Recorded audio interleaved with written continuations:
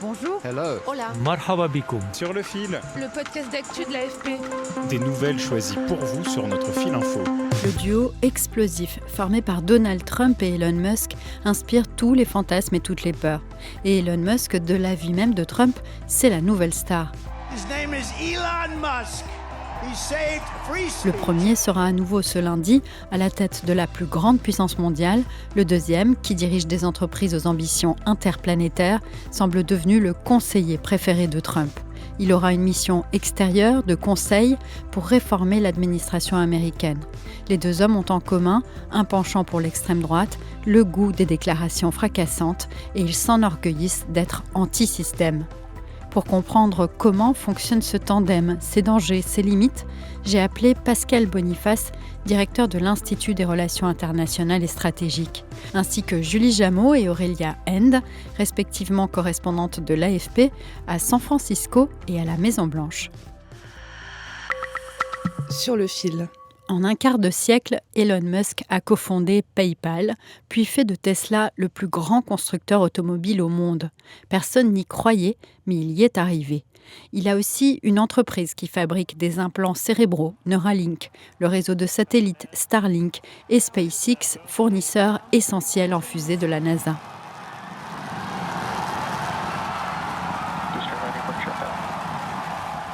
En 2021, il est désigné personnalité de l'année par le magazine Time et il est déjà l'homme le plus riche de la Terre. Mais sa boulimie de conquête est inépuisable. Vous savez, il tente toujours de traverser les tempêtes, il est en mode crise, il dit qu'il doit toujours passer au niveau supérieur du jeu. Comme le dit l'historien Walter Isaacson, qui a écrit sa biographie, Elon Musk veut toujours franchir un nouveau seuil, passer au niveau supérieur, comme dans les jeux vidéo.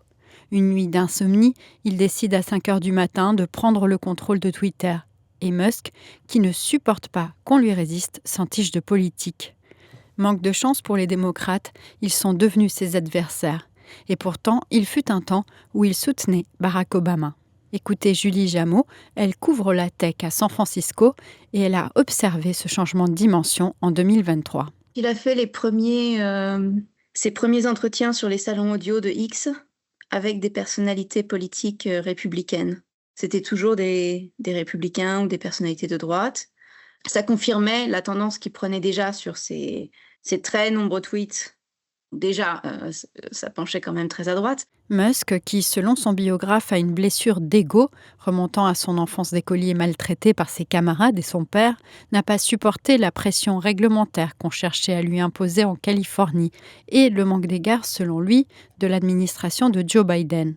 En 2021, le démocrate n'a pas invité Tesla à participer à un sommet de fabricants de véhicules électriques, alors que c'était déjà le numéro 1 mondial. Musk est furieux. 3 ans plus tard, après la tentative d'assassinat contre Donald Trump, Elon Musk met tout son pouvoir et son influence au service du républicain, qui ajoute un logiciel libertarien à son idéologie populiste. Who did you say? Oh, let me tell you, we have a new star. Nous avons une nouvelle star. Une étoile est née, Elon Musk. C'est un gars incroyable. Il a passé 2 semaines à faire campagne en Pennsylvanie. Il a envoyé une fusée dans l'espace il y a 2 semaines. C'était beau. Personne ne sait faire, je lui ai dit. C'est pour ça que je t'aime, Elon. Il faut protéger nos génies.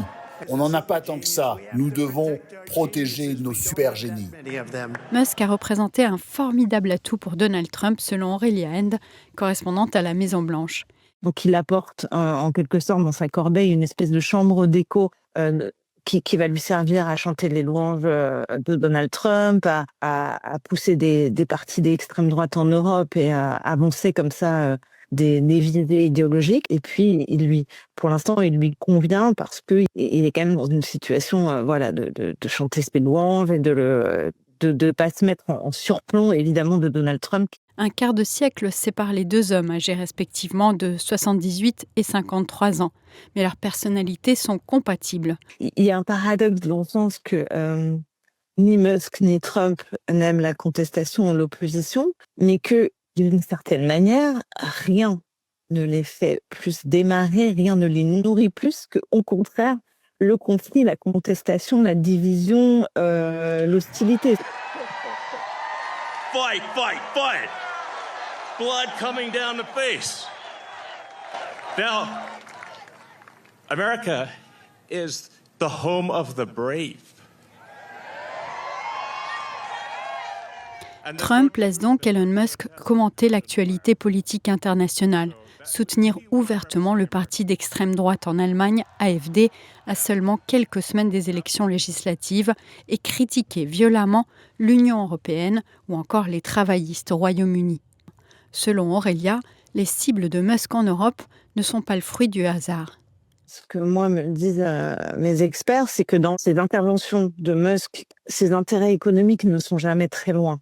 Musk a critiqué extrêmement violemment les institutions européennes.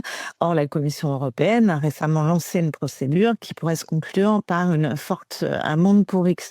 Elon Musk est très enthousiaste en ce qui concerne la chef du gouvernement italien, Giorgia Meloni. Or, il y a énormément d'informations de presse sur un possible très gros contrat de cybersécurité entre le gouvernement italien et une société d'Elon Musk. Et maintenant ?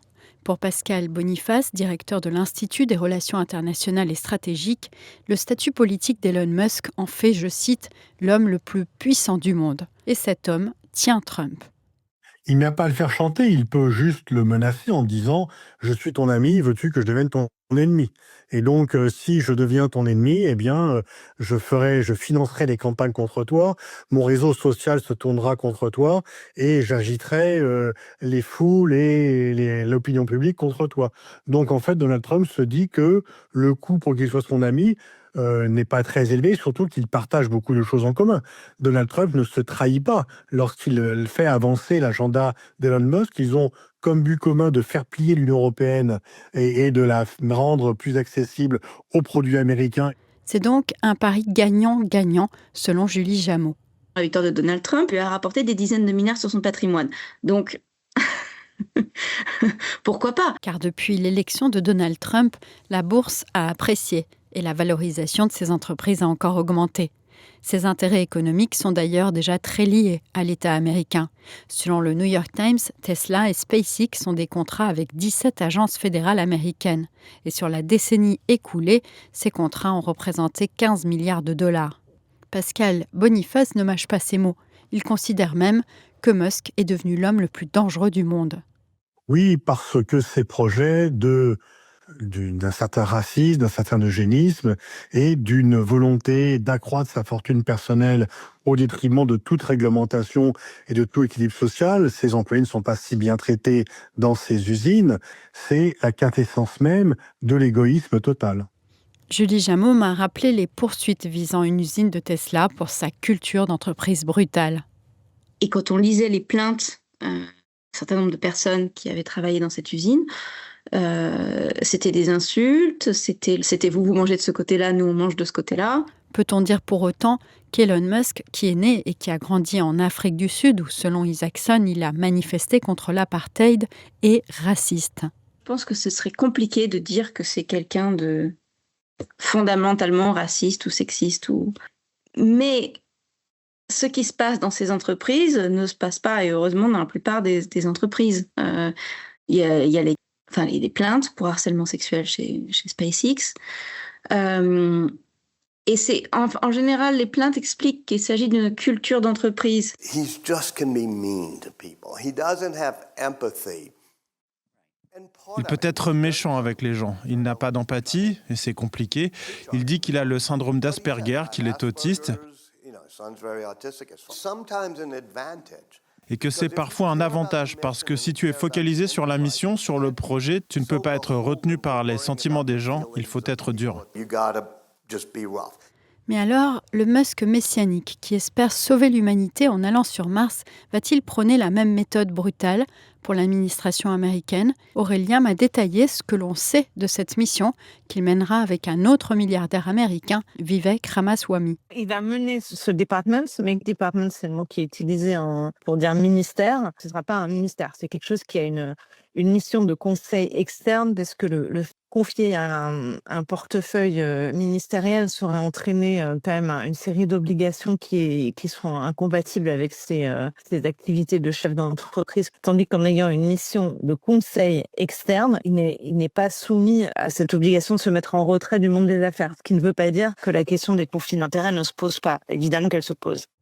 Musk a 2 objectifs, réduire les dépenses de l'État et déréguler. Le budget de l'État fédéral, donc il a parlé de le réduire de 2 000 milliards, maintenant il parle de le réduire de 1 000 milliards, ce serait déjà énorme puisque le budget américain est entre 6 500 et 7 000 milliards, donc des prestations sociales, des dépenses de fonctionnement qui seraient sabrées, et évidemment des fonctionnaires qui seraient renvoyés, et l'autre axe auquel il est très attaché, c'est la dérégulation, faire voler en éclats des régulations qu'il estime excessives. Les conflits d'intérêts ne manqueront pas, mais il y aura cependant encore quelques verrous, selon Aurelia End.